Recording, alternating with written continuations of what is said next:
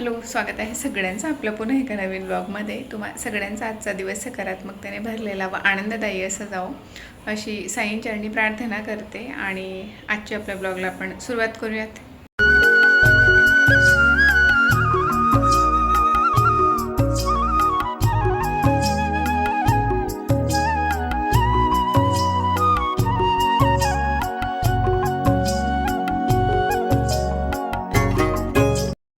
तर इथे आता सकाळी माझं म्हणजे सकाळचा स्वयंपाक झालेला होता. आज नाश्ता नव्हता केलेला, डायरेक्टली स्वयंपाकाला मी लागले होते कारण उठायला थोडं लेट झालं होतं आणि आधीला बरं नसल्यामुळे त्याला स्कूलला पाठवणंसुद्धा बंद आहे. आता 2-3 दिवसांपासून मी पाठवत नाही आहे, त्यामुळे सगळं काही आरामाने चाललेलं आहे.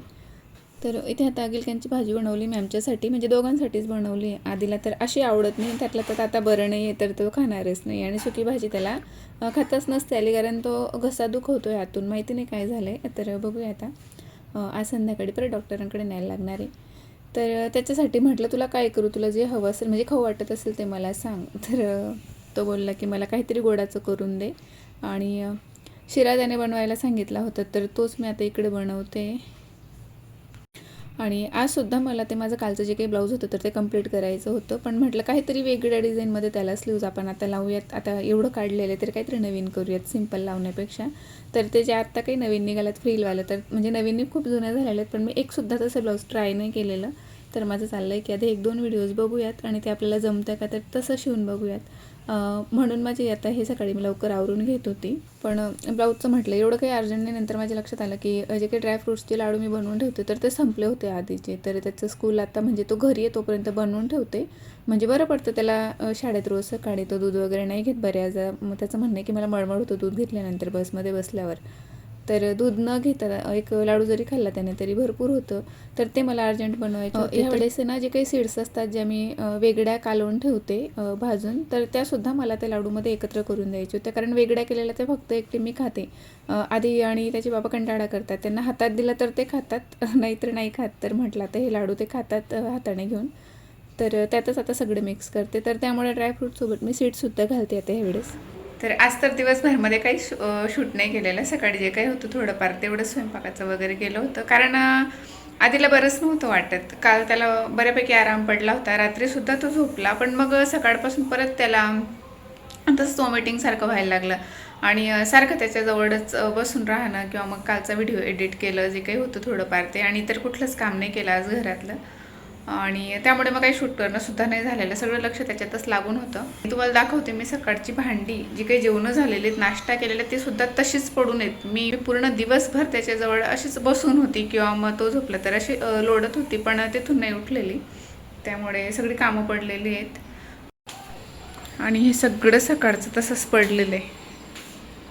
ही काकडी मी त्याला आत्ता कट करून दिली आणि हे सगळं किचन तसंच तसं पडलेलं आहे सकाळपासून. आता आवरते कारण संध्याकाळची स्वयंपाकाची वेळ झालेली आहे.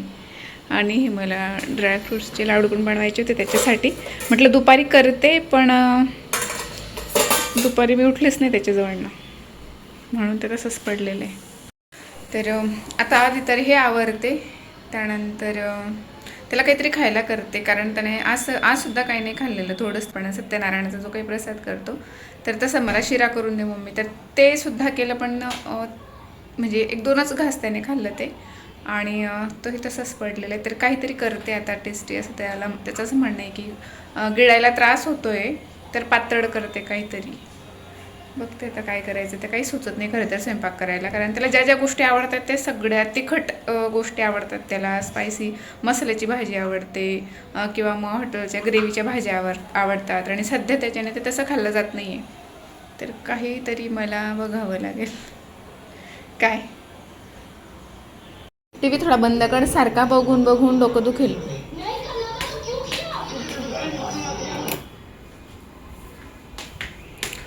बराच वेळ झाला, 2 वाजेपासून मी आधीच्या मागे लागली, तुला काय खायचं आहे सांग, तुला काय खायचं आहे सांग. आणि त्याला काहीच खायची इच्छा होत नव्हती त्याची.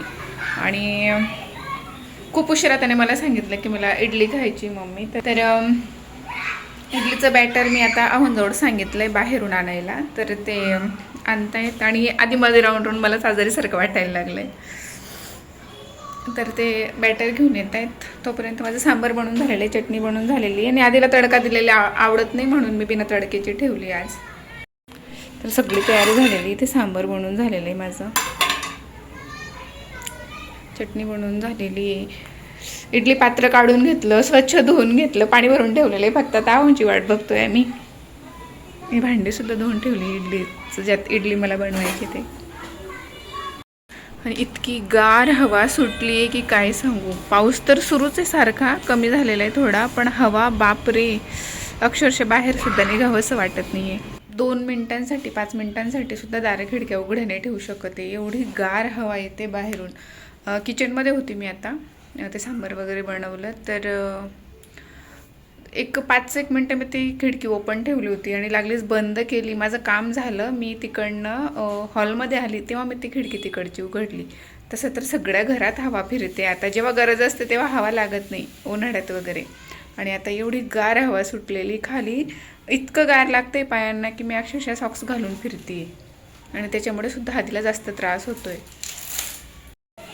आणि आज हे लाडू बनवून झाले असते, जे की तुम्हाला मगाशी दाखवलं, पण खोबरं नव्हतं. आणि ह्या वेळेस ना मी खारीक पावडर घालत नाही, पण मला आता घालून बघायचं होतं तर ते मागवलं होतं. माहिती नाही किती म्हणजे काय म्हणतो ना आपण, प्युअर असतं ते, पण ठीक आहे, करते आता ट्राय ह्या वेळेस. आणि तसे आता वातावरण इतकं गार, त्यामुळे जर खारीक अख्खी मागवली असती मी तर तरीसुद्धा त्याचं पावडर मला घरी करायला जमलं नसतं. सगळ्यात पहिलं तर मिक्सरचं भांडंच खराब होतं. मी जेवढ्या पण वेळेस खारीकची पावडर घरी करायला गेलेली, जे मेथीचे लाडू वगैरे बनवते तेव्हा माझं मिक्सरचं पातच मोडलं जातं. त्यापेक्षा म्हटलं नको आता रिस्क. आणि ते किती छान असं एकदम कुरकुरीत वाटते ते, आणि मोकळं मोकळं वाटते. घरी बनवलेलं असं घट्ट होतं, माहिती नाही का आपण. त्यामुळेच मी आता तेवढा वेळ पण नव्हता की त्यांना वाढवायलाच जागा नाही, खारीक जरी मागवली असते की तरी, म्हणून ते पावडर मी मागवले. आता उद्या सकाळीच करते ते सगळं. आणि रात्री आधीला म्हटलं आमच्या वेळचं एखादा मूवी तुला दाखवतो आम्ही. तर हा मूवी खूप दिवसांचं त्याला माहिती होतं, पण तो म्हणत होता की मी बघितलेला नाही आहे. तर त्याला रात्री हा मूवी आम्ही दाखवत होतो, त्यामुळे की त्याला थोडं बरं वाटेल. आणि जो काही त्याचा घसा दुखत होता तर त्यापासून थोडं त्याला म्हणजे तो डायवर्ट होईल म्हणून. तर काल एवढंच काय ते शूट घेणं झालं होतं. आता मी आजचं लावते आहे. अजिबात पाणी बंद व्हायचं नाव घेत नाही. काल रात्रीपासून एवढाच पाऊस सुरू आहे. आता थोडा कमी झालेला आहे, पण कंटिन्यू पाऊस सुरू आहे. आणि रात्री इकडनं पाऊस असेल समोरून तर पूर्ण कुंडी भरलेली. तर पाऊस तर अजिबात थांबायचं नाव घेत नाही आहे, कंटिन्यू काल रात्रीपासून पाऊस सुरू आहे. आणि आता सकाळचे 10 वाजलेत आणि आधीला न्यायचं आहे दवाखान्यात डॉक्टरांकडे, पण पाऊस थांबत नाही आहे. असं झालं होतं की थोडा वेळ करून 9 वाजेपासून आम्ही ढकलतोय पुढे की थोडं कमी झाल्यावर जाऊयात, पण पाऊस आणखीन जोर धरतोय पण कमी होत नाही आहे. तर आता जातो त्याला घेऊन, कारण त्याने परत रात्री काही खाल्लं नाही आणि तरीसुद्धा त्याला उलटी झाली. आणि सकाळी आता चहा वगैरे केला होता तर तोही त्याने नाही घेतला. तर त्याला दाखवून आणतो आता काय म्हणतात डॉक्टर ते बघूयात. एखाद्या वेळेस ब्लड टेस्ट वगैरे करायला लावतील आता, कारण 2 दिवस झालेले आहेत ऑलरेडी.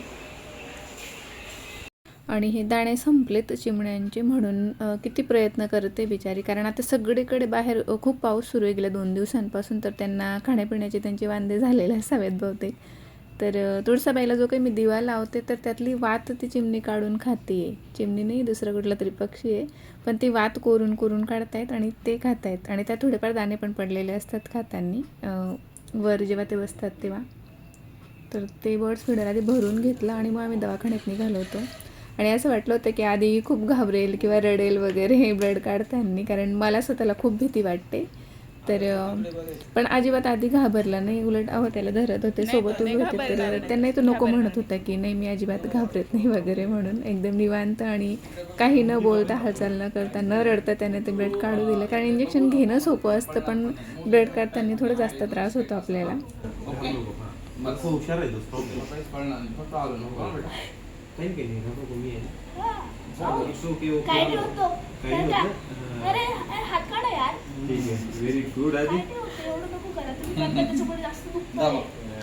आणि रिपोर्ट्स अजून यायचे होते, पण तरीसुद्धा त्याला ट्रीटमेंट सुरू करून दिली होती डॉक्टरांनी, कारण त्याच्या घशात आतमध्ये अक्षरशः जखमसारखं झालेलं होतं डायरेक्टली, आणि म्हणून त्याला एवढा त्रास होत होता.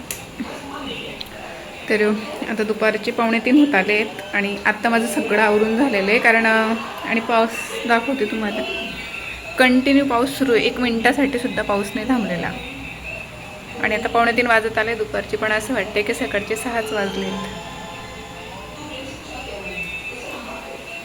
आणि माझे कपडे धुवून झालेले होते, पण दार उघडून बाहेर निघायची अजिबात हिंमत होत नव्हती, एवढं गार वाटत होतं. आणि जो काही पाऊस सुरू होता तर तो त्याच दिशेने होता, तर कपडे जरी घातले असते तर ते पुन्हा ओले झाले असते. तर मी तेच बघत होते, घरात वाळत घालू की बाहेर की खिडक्यांमध्ये, तर सगळीकडे पाणीच पाणी झालं. आता 2:45 वाजलेत आणि आता माझं सगळं आवरून झालेलं आहे. इतक्यात जेवणं झाली. आणि एवढं लेट ह्यासाठी की सकाळी आम्ही आधीला परत दवाखान्यात न्यावं लागलं होतं, कारण तो रात्रभर झोपलाच नाही. त्याला थ्रोट इन्फेक्शन झालं आहे, असे छाले पडले त्याला इथे घशामध्ये आतून. तर त्यामुळे त्याला पाणी म्हणजे गिळायला त्रास होत होता. तर जेवण तर खूप लांब होतं आणि रात्रभर पाऊससुद्धा खूप होता. आणि आत्तासुद्धा आहे आता 3 वाजेपर्यंतसुद्धा कंटिन्यू पाऊस सुरू आहे, अजिबात थांबलेला नाही आहे. आणि रात्री आधीला त्रास होत होता, त्यामुळे झोप नाही झालेली होती. तर सकाळी उठायला खूप लेट झाला आम्हाला. तर 10-10:30ला आम्ही चहा वगैरे घेऊन त्याला दवाखान्यात नेला. फक्त आम्ही चेकअपसाठी घेऊन गेलो होतो, पण तिकडे गेलो तर डॉक्टरांचं म्हणणं होतं की याची रिपोर्ट करून घ्या. तर रिपोर्ट करायला लागले. त्यानंतर त्याला सलाईन लावली. तर त्यात भरपूर वेळ गेला. 1 वाजला आम्हाला घरी यायला, 1 ते 1:30. तिथून आल्यावर स्वयंपाक केला. आताशी जेवणं झाली, सगळं आवरलं. आणि आजही फारसं काही शूट नाही घेतलेलं. तर बघते मी आज आणि कालचा व्हिडिओ एकत्र करून एखादा ब्लॉग आता बनवते. तर वातावरण तर सध्या खूप जास्त खराब आहे, तर वातावरणाचाही इम्पॅक्ट होतो आहे. त्यानंतर त्याला मध्ये मागच्या आठवड्यात मला बरं नव्हतं, तर 2-3 दिवस त्याला बाहेर खावं लागलं होतं. तर त्याच्यामुळे सुद्धा मे बी ते झालेलं असावं, असं डॉक्टरांचं म्हणणं आहे. बघूया आता. त्याला औषध गोळ्या वगैरे त्याला गिळायला त्रास होतो आहे, त्यामुळे त्याला सलाईनद्वारे अँटीबायोटिक दिलेले आहे, ज्यामुळे की थोडा तरी आराम पडेल. आणि 1-1.5 तासानंतर तो जे काही सिरप दिलेले आहेत त्याला, तर ते तो घेऊ शकेल. तर त्यामुळे आम्हाला तिकडे खूप जास्त लेट झालं. आम्हाला वाटलं की जाऊन दाखवून यायचं आहे फक्त, म्हणजे असं काही माहिती नव्हतं की टेस्ट वगैरे करायला लागतील. तर ते टेस्ट केलेले, ते अजून रिपोर्ट वगैरे नाही आलेले, पण एक सलाईन लावली तर त्याला बऱ्यापैकी आराम पडला आहे. घरी आला आणि 1-1.5 तासात त्याने आता एक इडली खाल्ली आमच्यासोबत. डॉक्टरांनी त्याला नाही सांगितलं होतं की खिचडी वगैरे घे पातळ, त्याच्यासाठी मी खिचडीसुद्धा बनवली आहे, पण ती न खाता त्याने फक्त सुकी एक इडली खाल्लेली आहे. त्यानंतर आता गोळ्या घेतल्या त्याने 2, तर त्रास नाही झाला जेवढा की रात्री होत होता, काल होत होता तेवढा. तर होईल आता हळूहळू, म्हणजे पडेल फरक. बघूया आणखीन संध्याकाळपर्यंत रिपोर्ट्स काय म्हणतात काय नाही ते. आणि सध्या आधीच्या तब्येतीमुळे जरा मी सुद्धा म्हणजे काय म्हणतो ना आपण, फारसं काही असं शूट घेणं असं मला वाटत नाही, इच्छाच होत नाही. तर आजचा हा व्लॉग मी इथेच थांबवते. आवडला असेल तर नेहमीप्रमाणे लाईक, शेअर आणि सबस्क्राईब नक्की करा. भेटूया नेक्स्ट व्लॉगमध्ये. तोपर्यंत बाय.